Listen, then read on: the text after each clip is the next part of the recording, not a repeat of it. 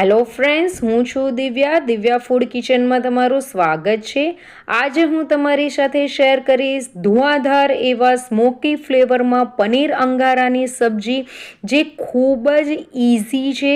Restaurant style paneer અંગારાની સબ્જી ઘરે બનાવવાની ખૂબ જ ઇઝી છે। આ રીતે એકવાર તમે બનાવશો તો રેસ્ટોરન્ટની પણ સબ્જી ભૂલી જશો, એટલું ટેસ્ટી બને છે। તો ફ્રેન્ડ્સ, ચેનલ પર નવા હોય તો ચેનલને એકવાર જરૂરથી સબસ્ક્રાઈબ કરી દેજો। અહીંયા મેં એક પેનની અંદર 2 ટેબલસ્પૂન જેટલું તેલ એડ કરી દીધું છે। તેલની જગ્યાએ તમે બટર એડ કરી શકો છો। તેની સાથે 1 ચમચી જીરું એડ કરી દીધું છે અને આપણે અહીંયા આખા મસાલા એડ કરવાના છે। એલચી, લવંગ, મરી, આખા મરચાં બધું જ એડ કરી દેવાનું છે। ત્યાર પછી અહીંયા લસણની કળીઓ 5-7 લઈ લીધી છે અને આદુના ટુકડા લઈ લીધા છે। આ બધું જ આપણે રફલી ચોપ કરેલું જ લેવાનું છે, આખું મોટું જ લઈ લેવાનું છે, કારણ કે આપણે તેને ગ્રાઇન્ડ જ કરવાનું છે। અહીંયા મેં મોટી સાઈઝનો એક કાંદો લઈ લીધો હતો, તે એડ કરી દીધો છે અને તેને પણ આપણે મિક્સ કરી દેવાનું છે અને તેને સાતળી લેવાનું છે જ્યાર સુધી ગોલ્ડન બ્રાઉન નહીં થઈ જાય।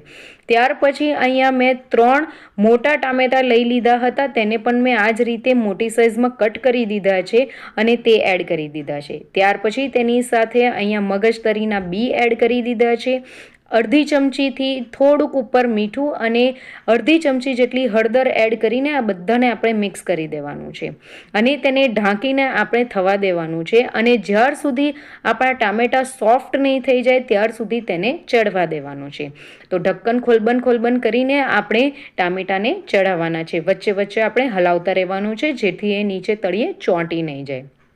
તો અહીંયા ફરીથી મેં ઢક્કન ઢાંકી દીધું છે અને તમે જોઈ શકો છો કે હવે ઢક્કન ખોલું છું તો આપણા ટામેટાં એકદમ જ સોફ્ટ થઈ ગયા છે। તો હવે આને ઠંડુ થવા દેવાનું છે।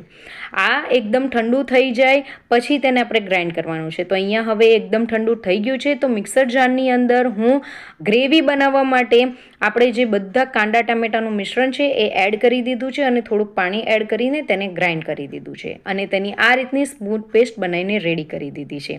તમે આને ગાળી પણ શકો છો જો તમારે ગાળવું હોય તો, અહીંયા હું ગાળતી નથી। અહીંયા એક પેનની અંદર 3 ચમચી જેટલું તેલ એડ કરી દીધું છે, તેની સાથે 1 ચમચી જીરું એડ કરી દીધું છે અને એક કાંદો મેં લીધો હતો, તેને આ રીતે મોટી સ્લાઇસમાં કટ કરી દીધો છે અને તે એડ કરી દીધો છે। ખાલી એટલું ધ્યાન રાખવાનું છે, કાંદાને આપણે ખાલી કચાશ જ દૂર કરવાની છે, તેને એકદમ જ ચઢાવવાનો નથી। તો અહીંયા હવે એક નાની સાઈઝનું શિમલું લઈ લીધું છે, તેને પણ મેં મોટી સ્લાઇસ કરી દીધી છે, કટ કરી દીધું છે અને તેને પણ એડ કરી દીધું છે। અહીંયા શિમલાને પણ આપણે વધારે ચડાવવાનું નથી, ફક્ત તેની કચાશ જ દૂર કરવાની છે। ત્યાર પછી આપણે જે ગ્રેવી કરી હતી એ ગ્રેવીને આની અંદર એડ કરી દેવાની છે અને મિક્સર જારની અંદર પાણી એડ કરી દીધું છે અને બધી ગ્રેવીને બરાબર હલાવીને લઈ લીધી છે અને આ પેણીની અંદર એડ કરી દીધી છે। હવે આપણે મસાલા એડ કરવાના છે। તો હવે અહીંયા મેં 2 ચમચી જેટલું કાશ્મીરી લાલ મરચું એડ કર્યું છે।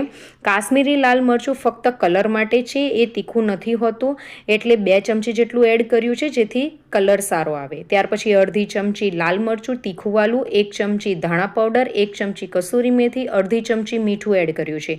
મીઠું આપણે આગળ પણ એડ કર્યું હતું, એટલે અહીંયા તમે તમારા ટેસ્ટ મુજબ એડ કરી શકો છો। ત્યાર પછી અહીંયા બધું બરાબર મિક્સ કરીને તેને આપણે કૂક કરવાનું છે, ઢાંકીને કૂક કરવાનું છે। તમે જોઈ શકો છો કે ગ્રેવી થોડી ઠીક થઈ ગઈ છે। તો હજુ આ ગ્રેવીને હું 2 મિનિટ માટે કૂક કરી દઈશ। તો આપણે ખોલબન કરતાં આપણે ગ્રેવીને ચડવા દેવાની છે। આ રીતના બબલ્સ આવી ગયા છે અને ગ્રેવીનો કલર પણ ચેન્જ થઈ ગયો છે, તમે જોઈ શકો છો। ત્યાર પછી અહીંયા મેં 200 ગ્રામ જેટલું પનીર લીધું છે, એ પનીરના ટુકડા કરી દીધા છે અને પનીરને આની અંદર એડ કરી દીધા છે। પનીરના મેં મીડિયમ સાઇઝના ટુકડા કર્યા છે, તમે તમારી સાઇઝ પ્રમાણે ટુકડા કટ કરી શકો છો અને એડ કરી શકો છો। ત્યાર પછી આ બધાને આપણે બરાબર મિક્સ કરી દેવાનું છે। ફ્રેન્ડ્સ, આ રેસીપી ખૂબ જ સારી અને ટેસ્ટી બને છે, તો એન્ડ સુધી જરૂર જોજો। અહીંયા 2 મિનિટ માટે મેં કૂક કરી દીધું છે। ત્યાર પછી ઉપરથી મેં 50 ગ્રામ જેટલું પનીર ગ્રેટ કરીને આની અંદર એડ કરી દીધું છે અને ઉપરથી કોથમીરના પાન એડ કરી દીધા છે। આ બધું આપણે બરાબર મિક્સ કરી દેવાનું છે। રેસ્ટોરન્ટ સ્ટાઇલ પનીરની સબ્જી ખૂબ જ ટેસ્ટી છે, તમે જોઈ શકો છો કે એનો કલર બી ખૂબ જ સારો એવો આવ્યો છે। તો 2 મિનિટ માટે જ ફક્ત એને કૂક કર્યું છે અને બસ હવે ગેસની ફ્લેમ બંધ કરી દેવાની છે।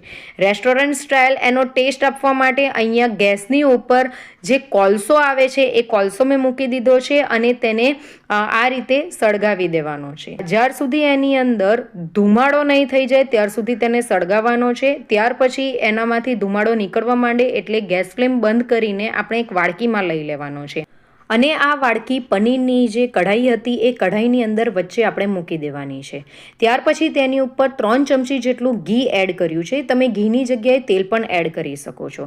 જેવું તમે ઘી કે તેલ એડ કરો છો તેવું જ આપણે તેને 10 મિનિટ માટે ઢાંકી દેવાનું છે. તો 10 મિનિટ પછી હું આ વાડકીને કાઢી લઉં છું. તો આ જે સ્મોકી ફ્લેવર છે, આ ધુમાડાના લીધે આપણો જે શાકનો ટેસ્ટ છે એ રેસ્ટોરન્ટ જેવો આવશે. તો અહીંયા હવે આપણી સબ્જી થઈ ગઈ છે. તો મેં એને સર્વિંગ પ્લેટમાં લઈ લીધી છે. ઉપરથી મેં એને ગાર્નિશ કર્યું છે. પનીરના જે ગ્રેટ કરેલું હતું એ પનીર થોડું એડ કરી દીધું છે અને કોથમીરના પાન એડ કરી દીધા છે. તમારે ક્રીમ એડ કરવું હોય તો તમે ક્રીમ પણ એડ કરી શકો છો. તો ફ્રેન્ડ્સ, એકવાર આ રેસીપી જરૂરથી ટ્રાય કરજો. ફટાફટ બની જાય એવી રેસીપી છે અને તમને મારી રેસીપી ગમી હોય તો મારી રેસીપીને લાઇક કરજો અને તમારા ગ્રુપમાં પણ શેર કરજો. Thank you for watching. By.